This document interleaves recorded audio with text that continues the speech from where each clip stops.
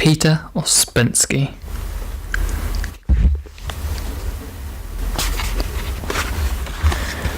Chapter 6, page 107. Sensation and emotion do not reason, do not compare. They simply divine a given impression by its aspect, by its being pleasant or unpleasant, in one sense or another, by its colour, taste or smell. Moreover, sensations can be indifferent, neither warm nor cold, neither pleasant or unpleasant. White paper, red pencil. In the sensation of white or red, there is nothing either pleasant or unpleasant. At any rate, there need not necessarily be anything pleasant or unpleasant connected with this or that colour. These sensations are so-called five senses, and others, like the feel of warmth, cold, and so on, are instinctive. Feeling, functions, or emotions are always pleasant or unpleasant. Indifferent emotions do not exist. The difficulty of distinguishing between the functions is increased by the fact that people differ very much in the way they feel their functions. This is what we do not generally understand. We take people to be much more alike than they really are. In reality, however, there exists between them great differences in forms and methods of their perception. Some perceive chiefly through their mind, others through their feeling, and others through sensation. It is difficult, almost impossible, for men of different categories and of different modes of perception to understand one another, because they call one and the same thing by different names, and they call different things by the same name. Besides this, various other combinations are possible. One man perceives by thoughts and sensation, another by thoughts and feelings, and so on. One or another mode of perception is immediately connected with one and another kind of reaction to external events. The result of this difference in perception and reaction to external events is expressed in the first place by the fact that people do not understand one another, and in the second by the fact that they do not understand themselves. Very often, a man calls his thoughts or his intellectual perceptions his feelings, calls his feelings his thoughts, and his sensations his feelings. This last is the most common. If two people perceive the same thing differently, let us say that one perceives it through the feeling, another through sensation. They may argue all their lives and never understand what consists the difference of attitude to a given object. Actually, one sees one aspect of it, and the other a different aspect. In order to find a way of discriminating, we must understand that every normal psychic function is a means or an instrument of knowledge. With the help of the mind, we see one aspect of things and events. With the help of emotions, another aspect. With the help of sensations, a third aspect. The most complete knowledge of a given subject possible for us can only be obtained if we examine it simultaneously with our mind, feelings, and sensations. Every man who is striving after right knowledge must aim at the possibility of attaining such perception. In ordinary conditions, man sees the world through a crooked, uneven window, and even if he realizes this, he cannot alter anything. This or that mode of perception depends upon the work of his organism as a whole. All functions are interconnected and counterbalance one another. All functions strive to keep one another in the state to which they are. Therefore, when a man begins to study himself, he must understand that if he discovers in himself something that he dislikes, he will not be able to change it. To study one thing and to change is another. But study is the first step towards the possibility of change in the future. And in the beginning, to study himself, he must understand that for a long time, all his work will consist of study only. Change under ordinary conditions is impossible, because in wanting to change something, a man wants to change this one thing only. But everything in the machine is interconnected, and every function is inevitably counterbalanced by some other function or by a whole series of other functions. Although we are not aware of this interconnection of the various functions within ourselves, the machine is balanced in all its details at every moment of its activity. If a man observes in himself something that he dislikes and begins making efforts to alter it, he may succeed in obtaining a certain result. But together with this result, he will inevitably obtain another result, which he did not in the least expect or desire, which he could not have suspected. But striving to destroy and alienate everything that he dislikes, by making efforts to this end, he upsets the balance of the machine. The machine strives to re-establish the balance and re-establishes it by creating a new function, which the man could not have foreseen. For instance, a man may observe that he is very absent-minded, but he forgets everything, loses everything, and so on. He begins to struggle with this habit, and if he is sufficiently methodical and determined, he succeeds, after a time, in attaining the desired result. He ceases to forget and to lose things. This he notices, but there is something else he does not notice, what other people notice, namely, that he has grown irritable, pedantic, fault-finding, disagreeable. Irritability has appeared as a result of his having lost his absent-mindedness. Why? It is impossible to say. Only detailed analysis of a particular man's mental qualities can show why the loss of one's quality has caused the appearance of another. This does not mean that loss of absent-mindedness must necessarily give rise to the inherent irritability. It is just as easy for some other characteristic to appear that has no relation to absent-mindedness at all. For instance, stinginess or envy or something else. So that if one is working on oneself properly, one must consider the possibility of supplementary changes and take them into account beforehand.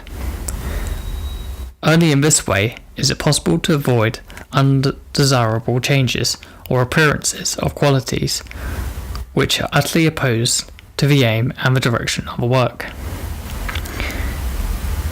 But in the general plan of a work and functions of a human machine, there are certain points in which a change may be brought about without giving rise to any supplementary results. It is necessary to know what these points are, and it is necessary to know how to approach them. For if one does not begin with them, one will either get no result at all, or wrong and undesirable result.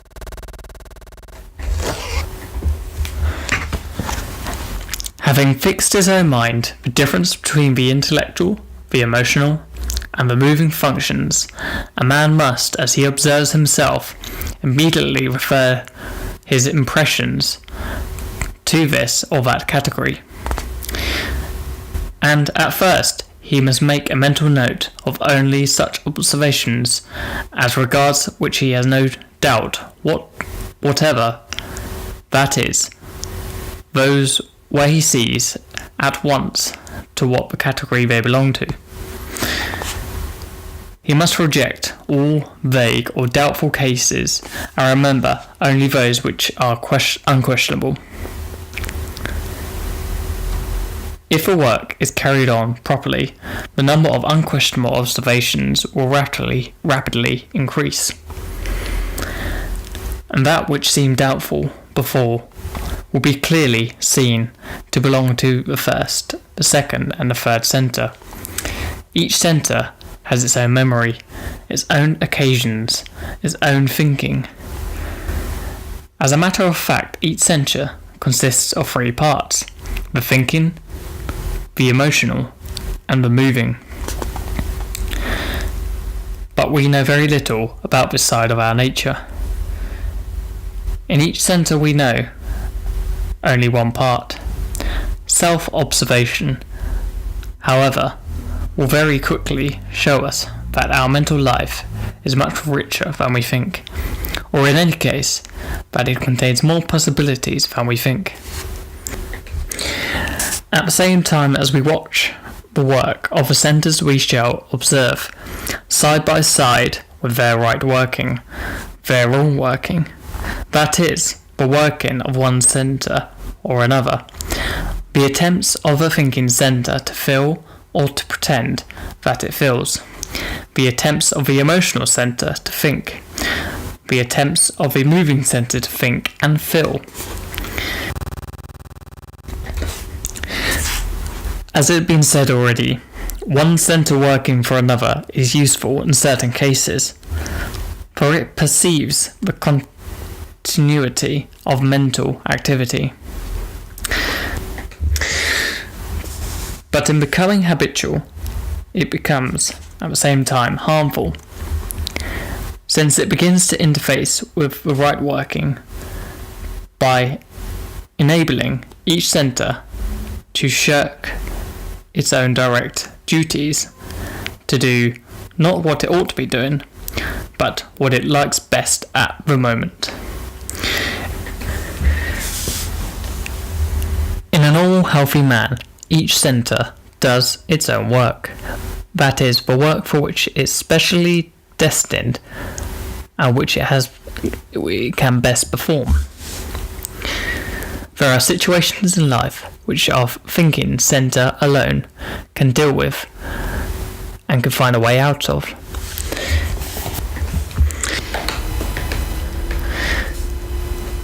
If at this moment the emotional centre begins to work instead, it will make a model of everything, and the result of this interface will be most unsatisfactory. In an unbalanced kind of man, the substitution for one centre for another goes on almost continuity, and this precisely what being unbalanced or neurotic means. Each centre strives, as it were, to pass its work on to another, and at the same time, it strives to do the work of another centre, for which it is not fitted. The emotional character working for the thinking centre brings unnecessary nervousness, feverishness, and hurry in situations where, on contradictory claim, judgment and deliberation are essential. The thinking centre working for the emotional centre brings deliberations into situations which require quick decisions and makes the man incapable of distinguishing the particularities and the fine points of the position.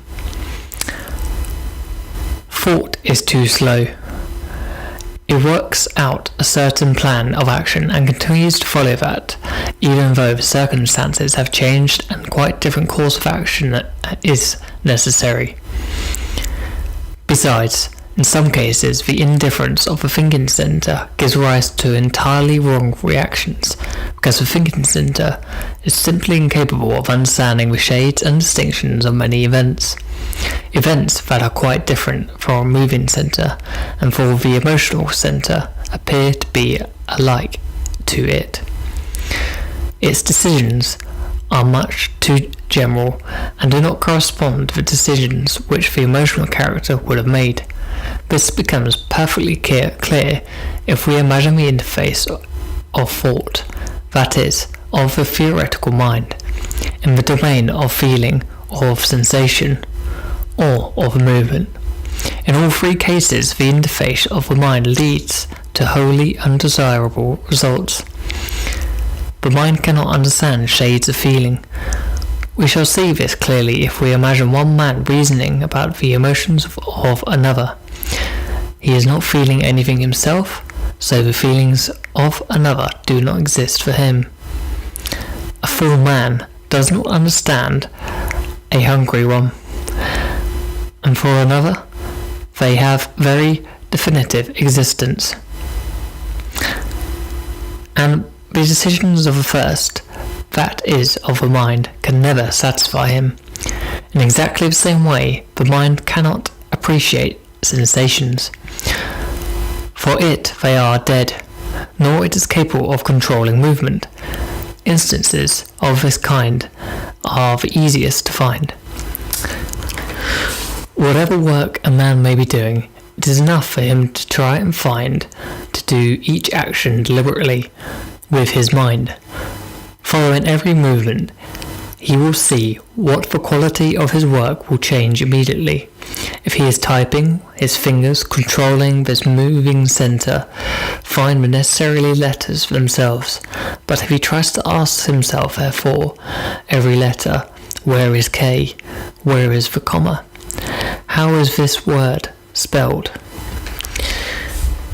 he at once begins to make mistakes or write very slowly. If one drives a car with the help of one's mind, one can only go in the lowest gear. The mind cannot keep pace with all the movements necessary for developing the greater speed. To drive at full speed, especially in the streets of a large town, while steering with the help of one's mind, is absolutely impossible for an ordinary man. Moving center working for thinking center produces, for example, mechanical reading or mechanical listening, as when a man reads or listens to something, but words, and is utterly unconscious of what he is reading or hearing. This generally happens when attention, that is, the direction of the thinking center's activity, is occupied with something else, and when the moving center is trying to replace the absent of thinking center, but it very easily becomes a habit, because the thinking center is generally distracted, not by useful work, by thought or by contemplation, but simply by daydreaming or by imagination. Imagination is one of the principal sources of the wrong work of centers. Each center has its own form of imagination and daydreaming, but is as a rule both the moving and the emotional centers make use of the thinking center, which very rapidly places itself in their disposal for its purpose, because daydreaming corresponds to its own inclinations. Daydreaming is absolutely the opposite of useful mental activity. Useful, in this sense, means activity directed towards a definite aim and undertaken for the sake of attaining a definite result. Daydreaming does not pursue any aim. It does not strive after any result. The motive for daydreaming always lies in the emotional or in the moving center. The actual process is carried on by the thinking center. The inclination to daydream is due particularly to the laziness of the thinking center. That is, it attempts to avoid the efforts connected with work directed towards the definite aim and going in a definite direction, and particularly to the tendency of the emotional and the moving centers to repeat to themselves, to keep alive or to recreate experience, both pleasant and unpleasant, that have been previously lived through or imagined. Daydreaming of the unpleasant character is an utter absurdity, and yet many people spend 9/10 of their lives in such a painful daydreams about misfortunes which may overtake them or their family, about illnesses they may contract or sufferings they will have to endure. Imagination and daydreaming are instances of the wrong work of the thinking center. Observation of the activity of the imagination and daydreaming forms a very important part of self-study. The next object of self-observation must be habits in general. Every growing-up man consists wholly of habits, although he is often unaware of it, and even denies having any habits at all. This can never be the case. All three centers are filled with habits, and a man can never know himself until he has studied all his habits. The observation and study of habits are particularly difficult because in order to see and record them, one must escape from them, free himself from them, if only for a moment. So long as a man is governed by a particular habit, he does not observe it, but in the very first aspect, however feeble, to struggle against it, he feels it and notices it. Therefore, in order to observe it and study habits, one must try to struggle against them. This opens up a practical method of self-observation. It has been said before that man cannot change anything in himself, but he is only observe and record. This is true. But it is also true that man cannot observe and record anything if he does not try and struggle within himself, that is, with his habits. This struggle cannot yield direct results, that is to say, it cannot lead to any change, especially to permanent or lasting change. But it shows what is there. Without a struggle, a man cannot see what he consists of. The struggle of small habits is very difficult and boring, but without it, self-observation is impossible. Even at a first attempt to study the elementary activity of the moving center, a man comes up against habits. For instance, a man may want to study his movements, may want to observe how he walks, but he will never succeed in doing so for more than a moment if he continues to walk in the usual way. But if he understands that in the usual way of walking consists of a number of habits, for instance, of taking steps of a certain length, walking at a certain speed, and so on, and he tries to alter them, that is, to walk faster or slower or take bigger or smaller steps, he will be able to observe himself and study his own movements as he walks. If a man wants to observe himself when he is writing, he must take note of how he holds the pen and tries to hold it in a different way from usual. Observation will then become possible. In order to observe himself, a man must try to walk not in his habitual way. He must sit in unaccustomed attitudes. He must stand when he is accustomed to it, and he must sit as accustomed to stand.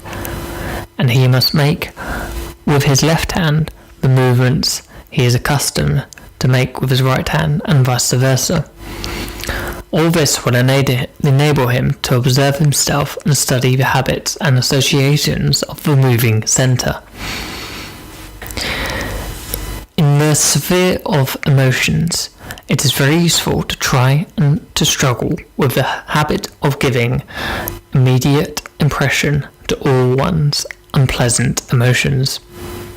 Many people find it very difficult to refrain from expressing their feelings about bad weather, but it's still more difficult for people not to express unpleasant emotions when they feel that something or someone is violating what they may conceive to be order or justice.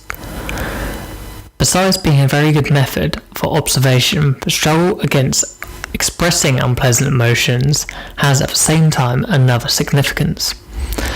It is one of the few directions in which a man can change himself or his habits without creating another undesirable habit.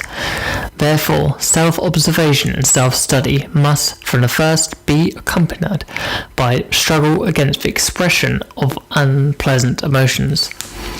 If he carries out all these rules while he observes himself, a man will record a whole series of very important aspects of his being. To begin with, he will record with unmistakable clearness the fact that his actions, thoughts, feelings, and words are a result of an external influences, that nothing comes from himself. He will understand and see that he is, in fact, an automotion acting under the influences of external stimuli. He will feel his complete mechanicalness. Everything happens. He cannot do anything. He is a machine controlled by accidental shocks from outside. Each shock causes surface one of his eyes. A new shock, and that eye disappears, and a different one takes place. Another small change in the environment, and again there is a new eye. A man will begin to understand that he has no control of himself whatever, that he does not know what he may say or do the next moment. He will begin to understand that he cannot answer for himself, even for the shortest length of time. He will understand that if he remains the same and does nothing unexpected, that is simply because no unexpected outside changes are taking place. He will understand that his actions are entirely controlled by external conditions, and he will be convinced that there is nothing permanent in him from which control could come, not a single permanent function, not a single permanent state. End of reading.